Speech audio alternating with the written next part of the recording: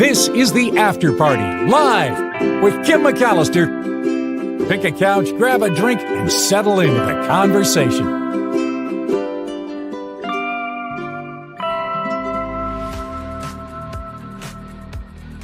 Yeah, it is the After Party live on a Travel Tuesday. Thank you for hanging out with me for an extra hour after the Mark Thompson show. We're still working on getting Michael Schur a new microphone. And once we do that, I think it's going to be absolutely amazing. Just a little bit of crackling.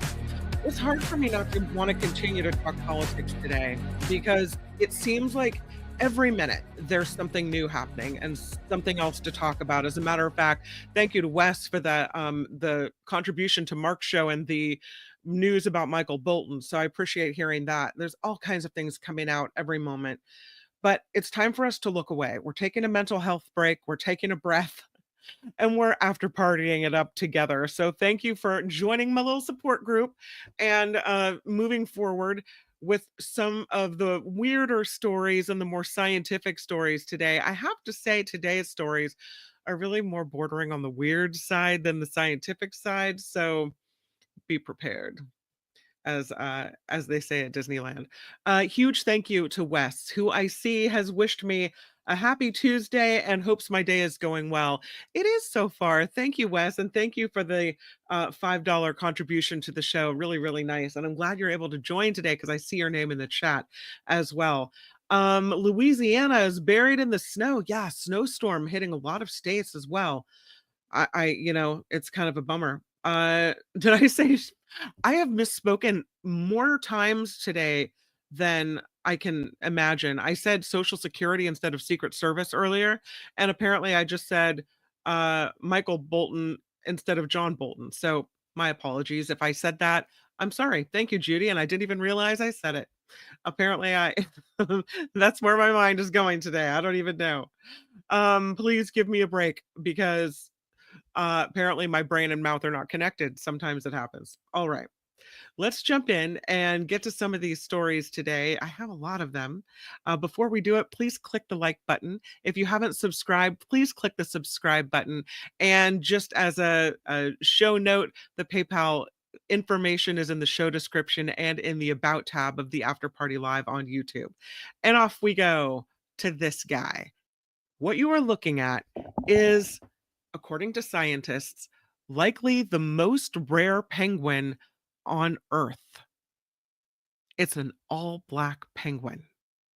Now, they've seen penguins that have interesting coloration before.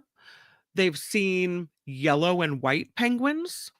This all-black penguin, this is a first. This is a black king penguin on South Georgia Island.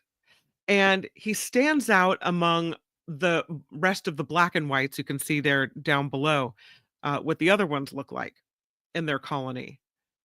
And this is said to be remarkable. This picture captured by a wildlife photographer after he got a tip that there was an all-black penguin in this colony. He went there, got the pictures, and scientists are saying, yeah, that we've seen these unusual color morphs before. A yellow and white penguin back in 2021.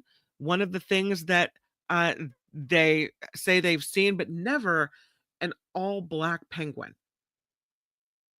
So there he is in all of his rarity. They say the reason this is so rare, it all has to do with genetics and the chances that there would be no white patches at all. They've seen colorations where there were some white patches, maybe a little bit here and there, but never all completely black like that.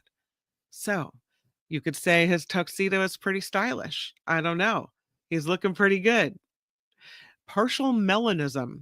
It's as rare as 1 in 250,000 penguins, but this is even more rare than that. So, pretty special picture of this all black penguin. Here's an interesting story about chimpanzees.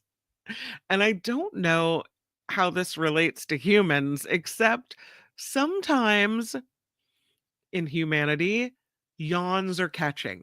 Even just saying yawn makes me want to yawn. In Chimpanzee groups apparently urinating is contagious as well. Contagious urination is similar to yawning in humans. A study published January 20th in the journal Current Biology finds that when one chimpanzee urinates, the others in a group are more likely to follow. The phenomenon is called contagious urination, and they say it could have deep evolutionary roots in humans and chimps as well. They're our closest relatives, after all, right? In humans, according to these researchers from Kyoto University Evolutionary Biology, they say humans urinating together can be seen as a social phenomenon. Whoever doesn't go together is either a thief or a spy, according to one Italian proverb.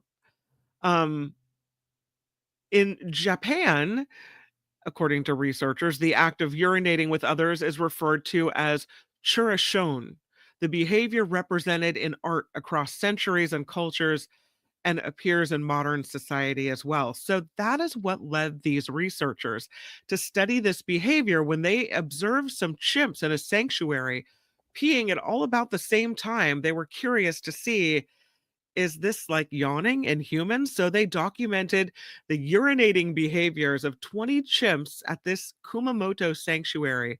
For more than 600 hours, they watched.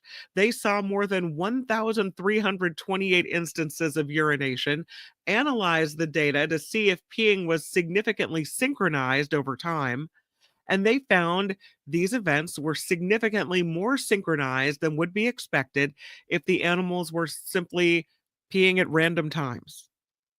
The likelihood of the contagious urination events also increased if a chimp was physically closer to the initial urinator. The individuals with lower ranks in the group were more likely to pee when others were urinating. And so, the team thinks this suggests that urination patterns are influenced by social hierarchy, and there could also be a tendency for the behavior to flow down the dominant structure. They said they were really surprised to find out this was all, it seemed, uh, done by social rank.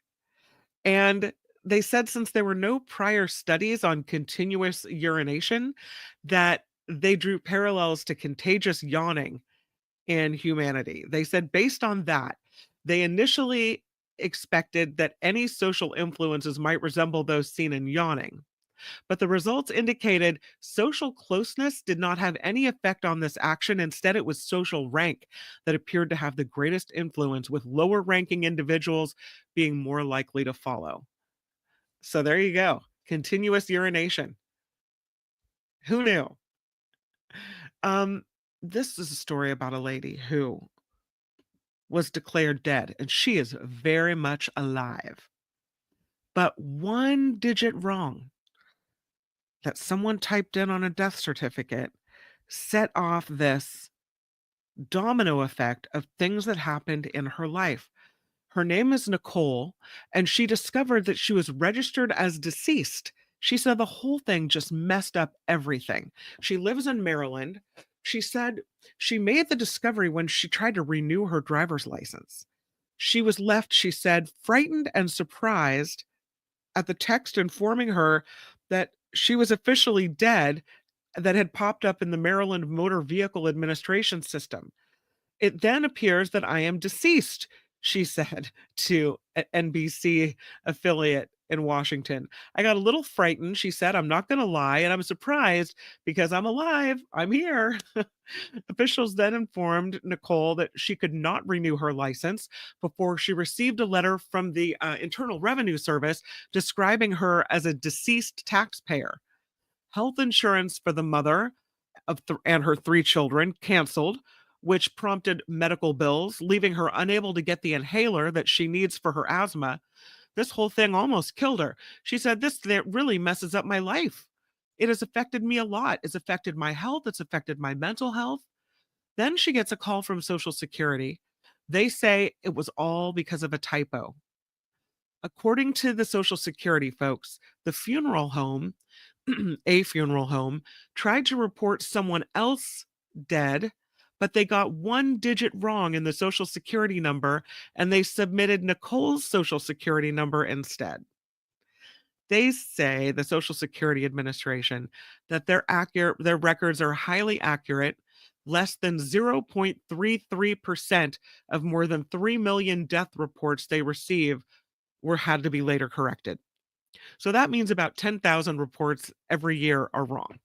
So Nicole is not alone in having this happen. One attorney said this happens on an almost daily basis. The impact is the worst that you can have on your credit report. Nicole said after the whole inquiry, she did receive a letter from Social Security saying the mistake had been corrected and that she's officially alive again. But can you imagine how this type of thing would impact your life like this? That's crazy. I don't know. Um, happened. Oh, Tammy says it happened with Social Security with my dad. That's horrible. Yeah, Rhonda says, yeah, this happens kind of often. Wes says, I was labeled deceased by a credit bureau once when we were trying to get our mortgage in San Francisco around 2008. It was a nightmare to fix that. I can't imagine how it would be with the IRS. Yeah, horrible. See, I mean, it happens a lot. If just two people in the chat say they've had it happen to a relative or themselves, horrible. Can you imagine? She's undead, says Nolafidian. I mean, first of all, the surprise, and I would imagine when someone first tells you that, it's kind of funny until all of a sudden things start happening, like your insurance is canceled or put on hold, or Wes's issue with the mortgage, and then these things start happening with your credit report, and it becomes an absolute nightmare. Crazy. Yeah, she looks very much alive. Wes says back in 2008, you had to write letters to the credit bureaus. They didn't do electronic stuff back then, so it takes even longer to fix that. Horrible. Tammy says Medicare declined a surgery approval because he was deceased, according to Social Security. Wild. Well, I'm glad that she's got it all fixed now, but that poor woman and her 3 kids who had to deal with that's just horrible. There's a gold medal, an Olympic gold medal from 1904 that has just been auctioned off. How much do you think an Olympic gold medal is worth? Hmm? This is a gold medal awarded at the first Olympics hosted on U.S. soil. It was the 1904 St. Louis Olympics. It bears the inscription Olympiad 1904 with an athlete holding a wreath on the front. On the other side, Nike, the goddess of victory in ancient Greek mythology, is shown alongside of Zeus, the pantheon's king of gods. This medal was awarded to American Fred Schul. It includes the original ribbon and the leather case as well. And this was the first Olympics where gold medals were awarded, and the Americans took advantage. They won 78 out of 96 events. So, unlike the Olympic medals nowadays, which are mostly made of silver and then gold plated, these were smaller, but they were made entirely of gold. So go to the chat. How much do you think it's worth? Because it was just auctioned off. 11,780. I can always count on you guys, really, Nolafidian. Thank you. Thank you. Thank you. Thank you. Wes says, are any gold medals solid gold? This one apparently is. That's what they did at the very beginning. Smaller, but gold. Yeah. Calvin says 1,595. SF Tesla says half a mil. Or is that 5 mil? I'll tell you the answer is this medal, this rare gold medal, sold for $545,371 at auction. So yeah, 545,000. The folks that auctioned it off at a Boston-based auction house says it's unusual for a medal of this kind to come up for auction, though this particular one came from Schul's family collection. So they auctioned off their father's gold medal, their grandfather's gold medal. And it is solid gold. So there you go. $545,000 for the Olympic gold medal from 1904. And I wonder what you do with something like this, why you would spend $500,000 on it. I don't know. I guess good investment, perhaps? Maybe you showcase it in your house, put it in a safe deposit box? I don't know. Yeah, not sure. That's a house in some places, says Calvin. It's a house in a lot of places, I think. Yeah. Kurt has a penny from 1904. There you go. How much did it weigh? Once Wes asks. They do not tell me how much it weighs, just that it's smaller than today's gold medals. Um, hmm. I'm not seeing a weight on this. Yeah, I don't know. We know that athletes have auctioned off their medals for charity. I don't think that this was auctioned off for charity. So I don't know. But Olympic memorabilia apparently always gets a pretty good price. Oh, here it is. No, no, wait. I'm sorry, Wes. I wish I had that for you because it would make sense as an investment in gold if you knew how much the gold, weighed. Yeah. Uh, I don't talk about this story. This is not the picture that goes with the story, but it is an example of defacing a passport. And I think a lot of us know, don't write in your passport ever. A US citizen has been denied entry into Poland after security staff looked at her passport and figured out that there was some handwritten notes in the passport. So this lady is was in Poland. She was at Krakow's Balice airport, came in on a flight from London, and she was stopped at passport control because her document had handwritten notes of locations and airport names underneath the visa stamps from the country she had visited. She told the border security staff that she did not know that it was not permitted to write in passports or on ID documents. She has to now stay at the airport for a return flight to London on Thursday. It is considered defacing a passport to write on it, even if you don't do what you're seeing on the screen, which apparently was done by a child. You cannot write in it, even if it's not writing over things. You cannot write in a passport. Well, you can. It just makes it no good anymore.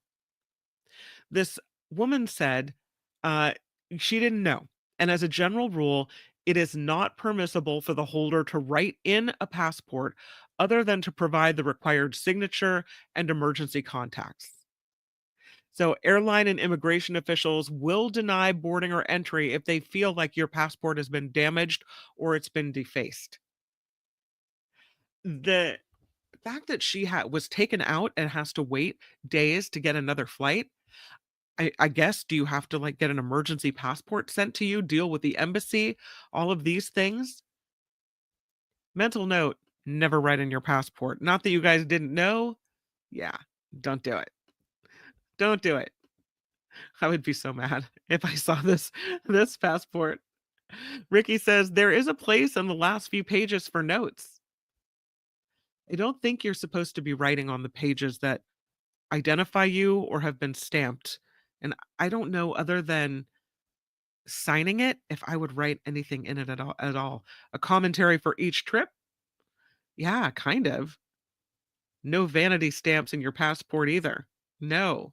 Doodlers need to control the urge, says Tammy. You really do have to.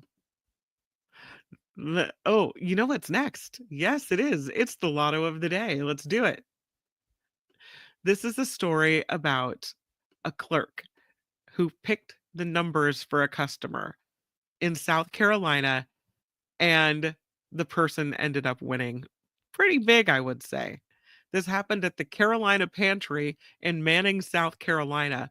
A customer walks in looking for a lottery ticket, let the clerk choose numbers for them, spent $10 on a Shimmering Riches scratch off, and it turned out to be life changing. The customer won a $500,000. The winner says, "Let it be the big one." Moments later, the wish came true. The winner said, "I fell to my knees when claiming the next to last top prize in the game. This has changed my life," they said. The odds of winning a $500,000 in the Shimmering Riches game is 1 in 1,128,000. The Manning store got a $5,000 commission for selling one of the winning tickets. And I wonder if the customer gave the clerk anything extra for picking out that ticket because they deserve it. There's another lotto story I have for you. And this one is about interrupting your life. An unwanted video game interruption turned into a $50,000 lottery prize. This happened in Missouri, where a man said, you know what, he didn't really want to pause his video game when a friend called, but it turned out to be good news because they won a $50,000 lotto prize. He was playing a game when he said he got a poorly timed phone call. My buddy calls me up and says, hey, you got a minute? And he said, I'm kind of in the middle of a video game. I can't pause. What's up? He said, "No, you're gonna wanna get off for this." So the man said, "All right, this is serious now." He asked me to check the winning numbers on the Missouri Lottery website because they had purchased a Powerball ticket together at the Price Chopper store in Liberty, and their ticket turned out to be a $50,000 winner. I was like, "Bro, did we just?" "Yeah, we did," he said. My buddy now calls me Richie Rich. So 25,000 for each of them, less taxes likely, and they walk away. I would say that's worth pausing the game for. Here's a story about the mayo dump. This story grosses me out so much. But and maybe you know this already, but I just learned that there is a mayo bowl and the winning coach gets dumped with 5 gallons of mayonnaise over the head. It's the annual Duke Mayo Bowl, and that's the reward for winning the game at Bank of America Stadium. It's been going on since 2021. They were trying to carve out a special name for themselves. And so this whole mayo dump thing really is the way they're trying to achieve that attention. And every year, the mayo dumping trends on social media. The Minnesota head coach is bald. His name is PJ Fleck. He said, I think with my bald head, the mayo should just slide right off. I might have to do a little pre-dumping of the mayo just to make sure it does slide off. He said, I have my own strategy just in case, but I can't let me secret out, let us secret out. Um, they have to prep this mayo. They pour 5 one-gallon containers of mayonnaise into a large Gatorade-sized cooler. They start doing it at about the 4th quarter, and then they take turns stirring the mayo for more than 25 minutes with a large wooden stick. They gotta loosen it all up. Can you imagine having mayonnaise like that poured over your head? Super, super gross. But I do have the video. Yeah. Uh, and I think it's worth watching. Check it out.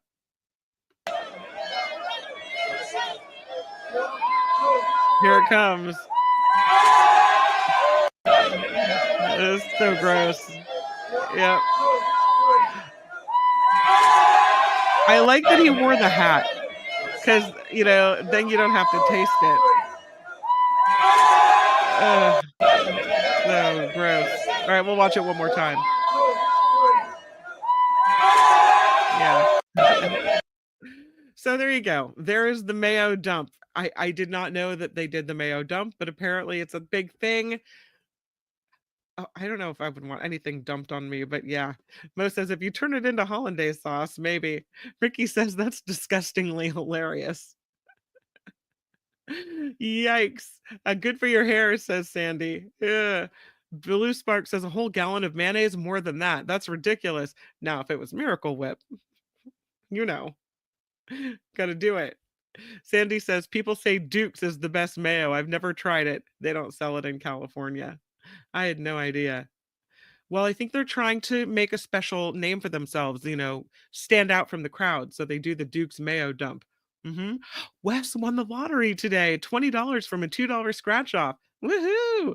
I guess because the guy in front was cashing a $500 prize. Wow, the luck is rubbing off on you. Yay! Couldn't happen to a nicer person. I love it. Um, I don't know. That mayonnaise dump just grosses me out. It's something about the gloppy consistency of mayonnaise and the taste of it, although that mayonnaise looked a little more liquidy and smooth because they stir it up so much. I don't know. Still yuck. No, thank you. Let's talk about, if we could, this lady. She looks really happy, right? She looks like someone who's living her best life. I don't know if I want to live the best life like her. This is a woman who saves all kinds of money by dumpster diving for groceries. So she has a job and she has a home. She just doesn't pay for groceries. She said, I get all my food from dumpster diving. I haven't gone grocery shopping in 4 years. This is Sophie Jewel Anderson. She's 30 years old. And she started dumpster diving back in 2020 while she was living in Sydney, Australia. She said she started out by taking just fresh produce from designated bins, but then she realized she could get an entire weekly shop. So she now only buys household items like toilet paper, dishwashing soap, and toothpaste from the supermarkets. And last year, she spent just $99 on those types of goods. By, she says, sourcing her food from the dumpster, she saved thousands of pounds a year, and she uses that money to travel the world. She is the manager of a restaurant. She's from Denmark. And she said, I don't really have a need to go shopping as I find all my food in the dumpster. The money she saved, she said, allows her the freedom to travel. She spends a lot of money on traveling and visiting friends around the world. She said she never struggled with being able to afford grocery shopping, but she just realized that dumpster diving would be a more cost effective way of grocery shopping. So she went with a friend to scout some supermarket skips around Sydney, and she said she was instantly converted. That she had always known about the concept of dumpster diving and she was curious but had never done it before. So she tries to check out a dumpster in Sydney and she said what she found was insane. It was filled with food, some had expired, a lot of it hadn't, and she said it started from there. It became like this big treasure hunt for her. And she realized there was so much good food in the dumpsters that she just didn't need to go shopping anymore. So she carried on dumpster diving when she moved back to Denmark a couple of years ago, and now just buys only non food items from the supermarket. She said, I don't have to go to the supermarket anymore. She said, I just did my financial accounting for 2024 and only spent $99 in supermarkets the whole year. She doesn't have a schedule for dumpster diving. She goes maybe a few times a week, every 2 weeks. She said she finds so much that her fridge is always full. And the savings she has made by not grocery shopping gives her the freedom to work less and travel the world and visit friends. Over the last 4 years, she's been to Kenya, Argentina, Italy, Spain, and Dubai. So she said, it allows me to have so much freedom and the freedom to work less. I only work 3 days a week. Dumpster diving allows me the freedom to spend more on the things I love. And she loves it so much, the dumpster diving, that she's gotten her family into it, including her parents, her siblings, her cousins, her grandparents. She'll cook meals for them using the foods that she's dumpster dived, and they now go hunting together when they're on holiday. She said, all of my friends and family know I dumpster dive. When they come over, they know I get my food from the dumpster. And they said they know the food is as good as it would be if she purchased it in the store because she would never serve anything to her friends or family that she wouldn't eat herself. She said, I assess all the food before I pick it. When we go on our family holidays, we dumpster dive as a family. The food we eat on the holiday is all dumpster dive. Is that not crazy? She said her diving mission evolved from a treasure hunt now to everyday activism. She said she wants to create awareness about food waste, but also about how we view food and how it can still be good even though the date has expired or has some type of a bump on it. So that's what she's doing. And I have a video that I want to show you of her dumpster diving. And I think it's interesting because when I think of dumpster diving, I'm thinking of, picking through garbage and grossness, and that's not really what it looks like, I guess, when you're picking through what grocery stores have thrown away. Yeah, check this out. See if I can make it big. So there's like cans of jelly, cartons of cookies. Here she's going to pick through this.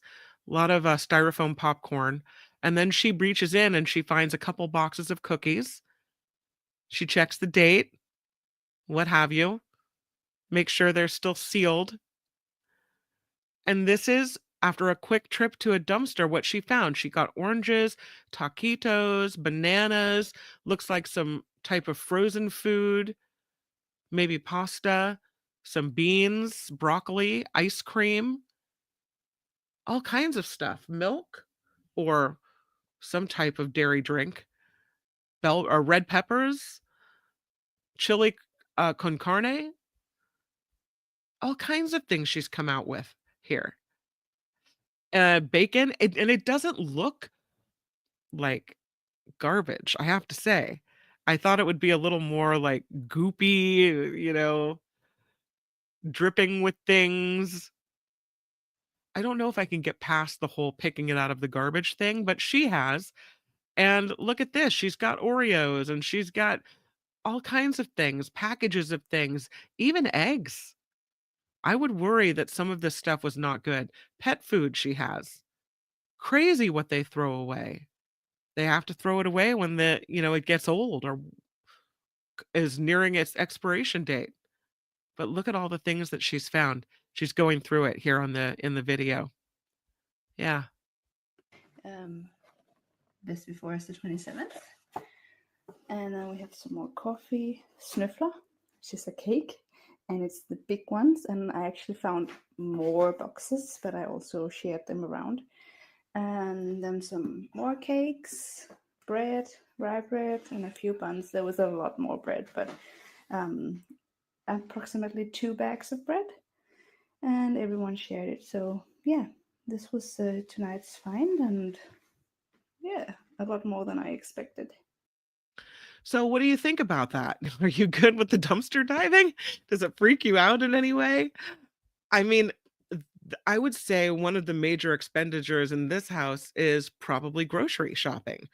And as prices rose recently, it's been a struggle, a bit of a struggle. I would rather do with less, I think, than go dive in a dumpster. And maybe I'm thinking about it wrong. I don't know. Kurt says there used to be a time when grocers would throw out returned items and expired items as well. So you kind of knew that when it was coming. I don't know. Mindy says, nah, sitting in the sun, how can that be good? Maybe she does know the system and she knows right when they throw it away. I don't know. I don't know. Can't do it. Sandy says the dumpster in my apartment building stinks. I wouldn't want to eat something that had been in there. Okay, but we're not talking about a regular dumpster or even a dumpster at a restaurant. We're talking about grocery store dumpsters. So perhaps that's different. Tammy says, well, the Oreos are tempting. I don't know. Yeah, I'm not sure. Meredith wants to know, where are these dumpsters? They don't look like the dumpsters I've seen. I think they're the dumpsters behind a grocery store. Mindy says, I really like the fresh food where I shop right about now. Yeah, I think so. Teacher Lori says, foraging is actually a thing. I'm using a half and half that says 1/6/25 right now, and it's fine. My fridge set at the coldest. I've used year-old cheese that's fine. Used eggs for a month or more after the sell-by date because I know how to check. Yeah. Wes says, when we were younger, in our early 30s, we used to go to the clubs in the Castro, and then before leaving, dumpster dive in Crate and Barrels dumpsters, and they threw perfectly good stuff away. I think when you're talking about vases, decorative home items, furniture, whatever they have at Crate and Barrel, plates, kitchenware, that's different than food, though, isn't it? Maybe not. Maybe it's all the same. Mindy, I agree with you. She said, I would never shop in the dump for food, especially not eggs. Yeah. Kurt says she's ready for the Trump economy for sure. Nolafidian says, don't worry, grocery prices are about to come way down, so it's okay. Don't worry about it. Blue Spark says, I think expiration dates are BS. I actually know someone who throws out bottled water. I'm sure you can watch your local store long enough and you'll know the schedule when they dump food, expired or near expired food. Yeah. Sandy wants to know, can you even get to the grocery store dumpsters? Do they keep them locked? I would think that there would be such a mess around from people going through. I don't know. Tammy says in Florida, a dumpster doubles as a composter. Oh, and a homeless toilet. No, thank you. No. Mm-mm. Uh, Different food would scare me unless I was desperate. Exactly. But if I was desperate and I found boxes of food that were sealed,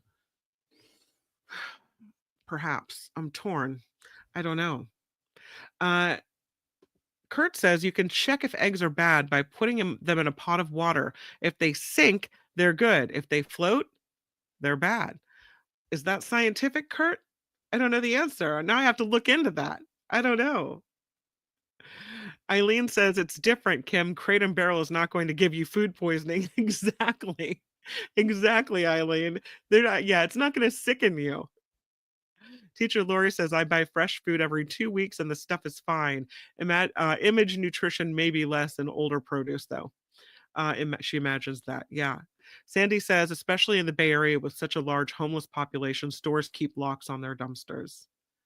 Judy says, as for the sell-by date, I'm someone who gets groceries from food pantries. A lot of it comes from supermarkets and is near or at a little past the sell-by date. Most of it's good to eat. And I think that's true. I think that, you guys, have you heard of the grocery outlet bargain market? They will often either sell things that are very close to the sell-by date. In some cases that I've heard there's some expired stuff going on there or close to it. I don't know. Um, but I'm uncomfortable with it.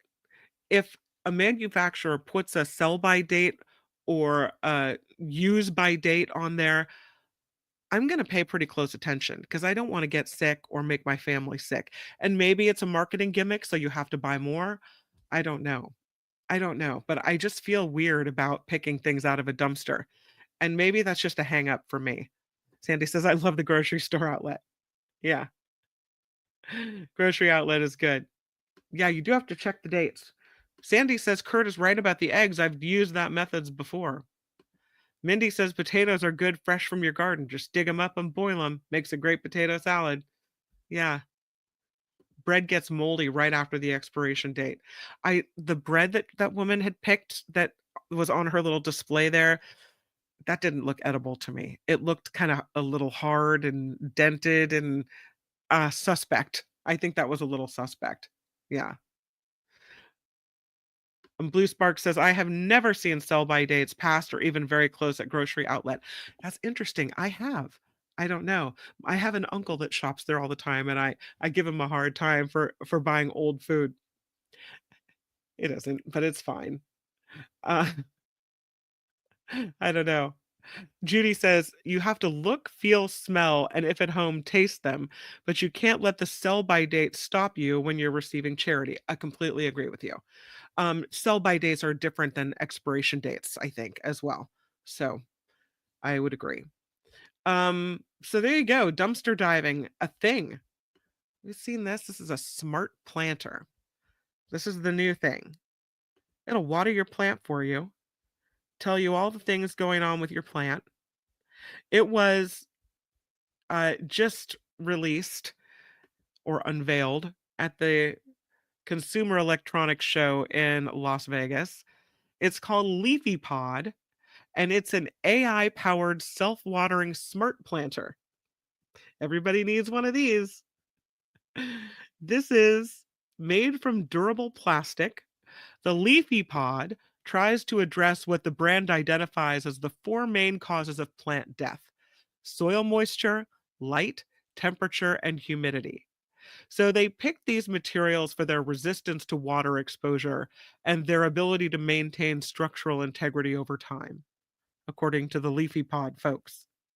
The device has sensors that detect light, humidity, and temperature and relay the data to the Leafy Pod app. The AI powered watering system automatically adapts to each plant's specific needs by monitoring environmental conditions and adjusting the watering schedule accordingly. And that, according to Leafy Pod, ensures optimal care regardless of the plant variety. The Leafy Pod app works alongside the plant, learning its routine over time, and then automatically adjust the watering schedule for optimized care. Leafy Pod says the planter's clean, minimalistic design in classic white conceals its sophisticated technology, including multiple environmental sensors and watering systems. I'm sure either you have to attach it to a hose or there's some type of, you know, storage area in there where you put water, where the system can then put as much water as it feels the soil needs. You have to recharge this device while a built-in water reservoir ensures the plants stay hydrated even during extended trips. The app sends timely notifications for all maintenance needs from water refills to filter cleaning or replacement. I mean, you're going to really want this plant to live. They say the cordless design with the USB charging capability further simplifies the user experience. The device features a dual filter system with a reusable filter on the pump that can be cleaned and replaced in the inner pot. It has an adaptive watering system that adjusts based on the plant type. They designed the water tank to require refilling only once every 2 weeks to a month. The system's AI driven approach helps prevent overwatering and underwatering by the continuous monitoring. They don't tell you how much this thing costs, but your plant's going to be very, very well taken care of with the Leafy Pod, apparently. I don't know. I have a feeling that it's a little bit more expensive than I want to spend. Here's some cool looking lights. Kind of neat, right? Although I look at these lights and I think to myself, that's something you would have to dust every single little hole. Got to get your feather duster in there and wipe out all the dust, little dust collecting holes. It's a 3D printed honeycomb shaped bioplastic chandelier. It was based on the work of a Danish mid century designer. This is a translucent hedron pendant featuring a bulbous but subtly striated lampshade finished in an intricate hexagonal pattern, which wraps a stem with delicate but illuminating LED light sources. This is 3D printed from 100% corn and sugar derived from polylactic acid. It's lightweight, readily available bioplastic that doesn't contain any fossil fuel or petroleum based materials. They say that this light is made of an array of tapered cell walls angled to bounce light twice from the internal LED source to softly diffuse the light exiting the fixture. And it is really pretty.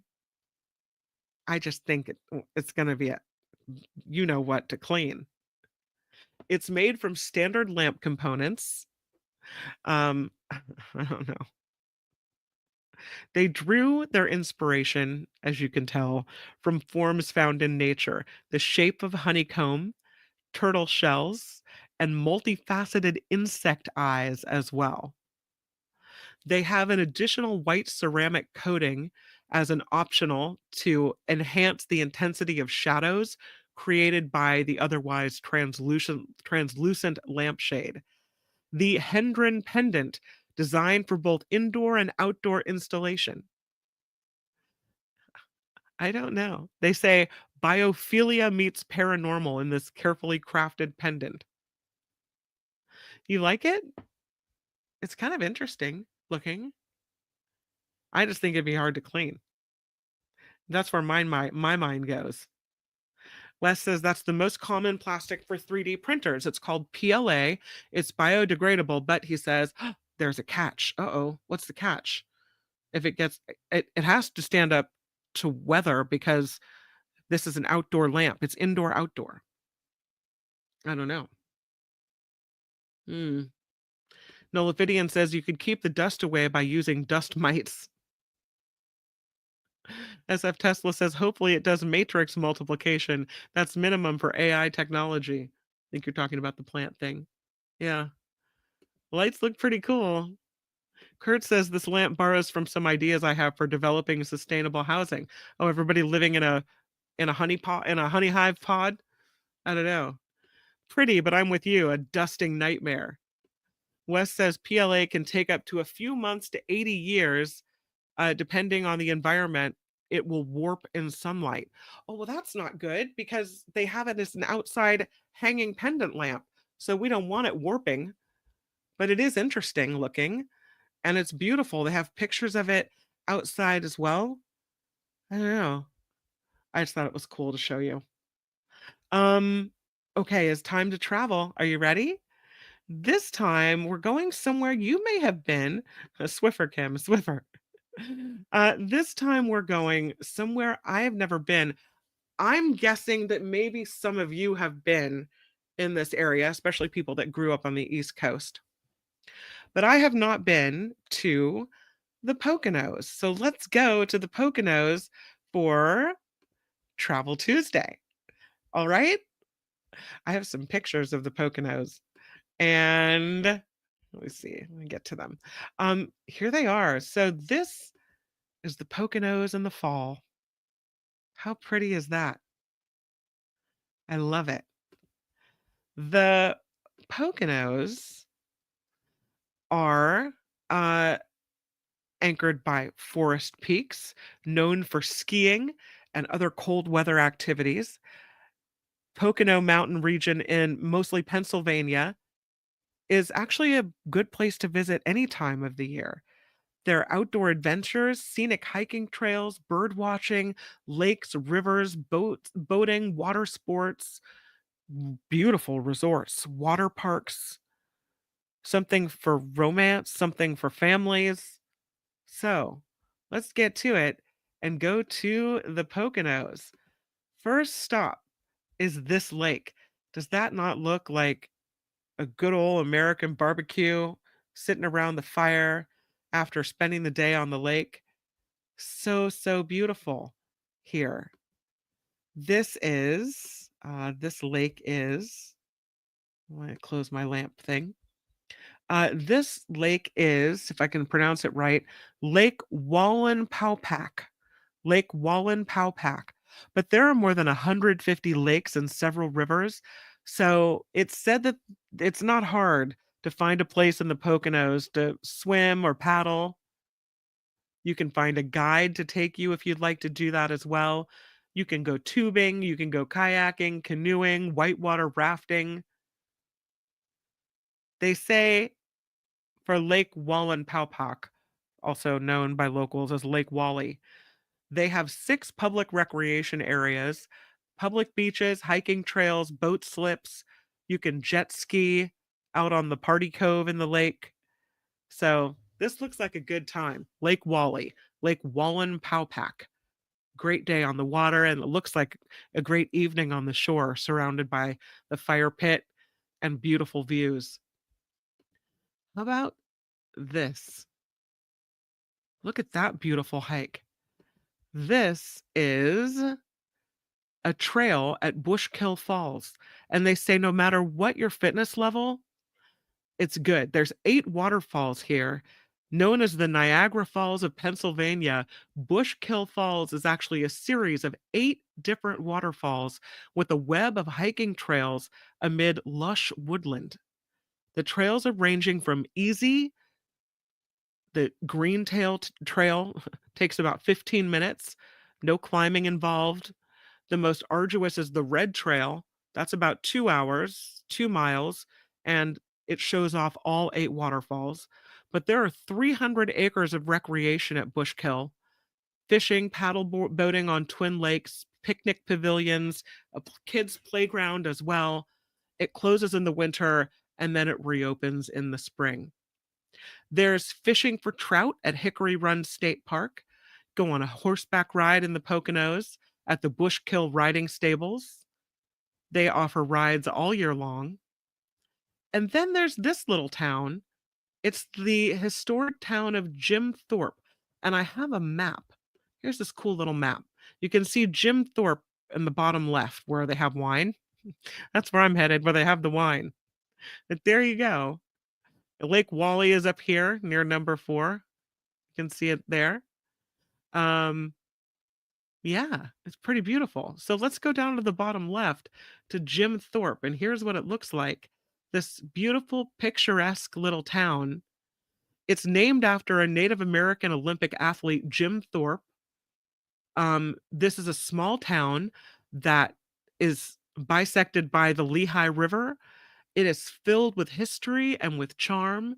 They have little shops, handcrafted cards, stationery, vintage machines. That's at Somersault Letterpress. They have the Wine Elder Wine and Cider Company. You can order a flight to sample sparkling elderberry cider and native wine grapes. They have Donard's Donuts, all kinds of stuff. You can look into the town's history as well by checking out the Asa Packer Mansion, which is a museum and former home of railroad magnate and Lehigh University founder. They have docent guided tours there when the museum is open from April through November. And then there's a beautiful restaurant called the Notch 8 Craft House, where they serve you smoked brisket tacos and cheesy tots, along with Pennsylvania made beer and booze. This again is the historic town of Jim Thorpe in the Poconos. So that looks fun. What about skiing? Yeah, skiing is a big thing to do in the Poconos as well. And there are all kinds of ski resorts to go check out. Um, Beautiful.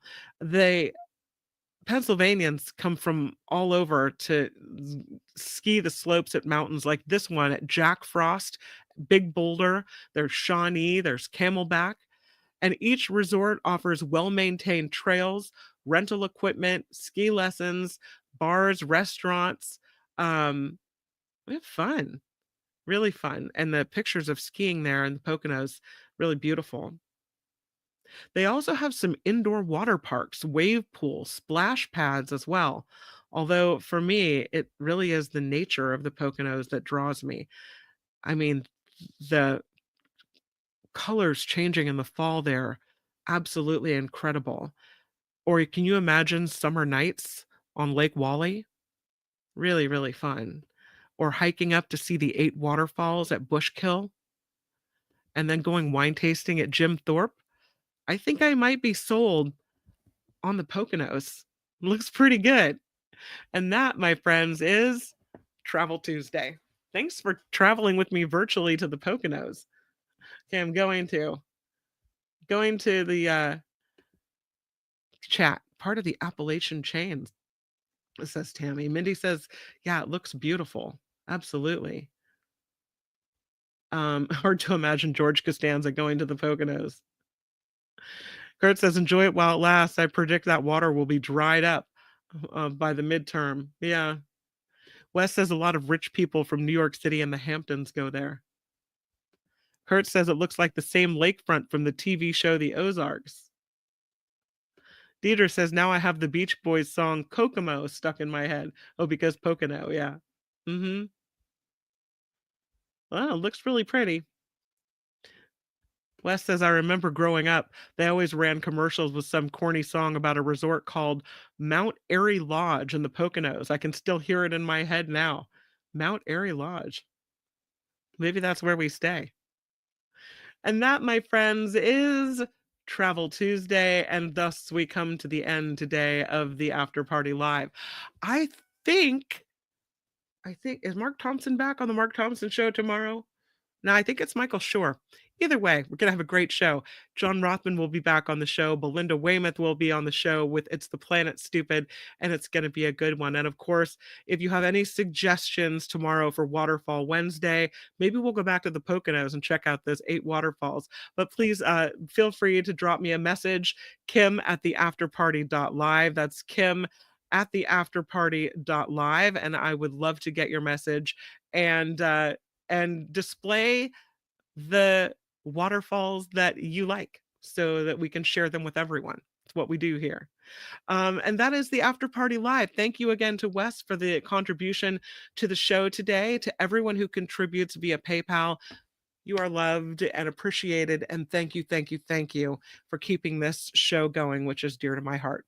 I will see you tomorrow on YouTube. Until then, make it a really great Tuesday. Despite everything that's going on in the world, we've got this show and we'll make sure that we get through this together. Bye, everybody. The After Party Live would like to thank the following contributors and viewers like you.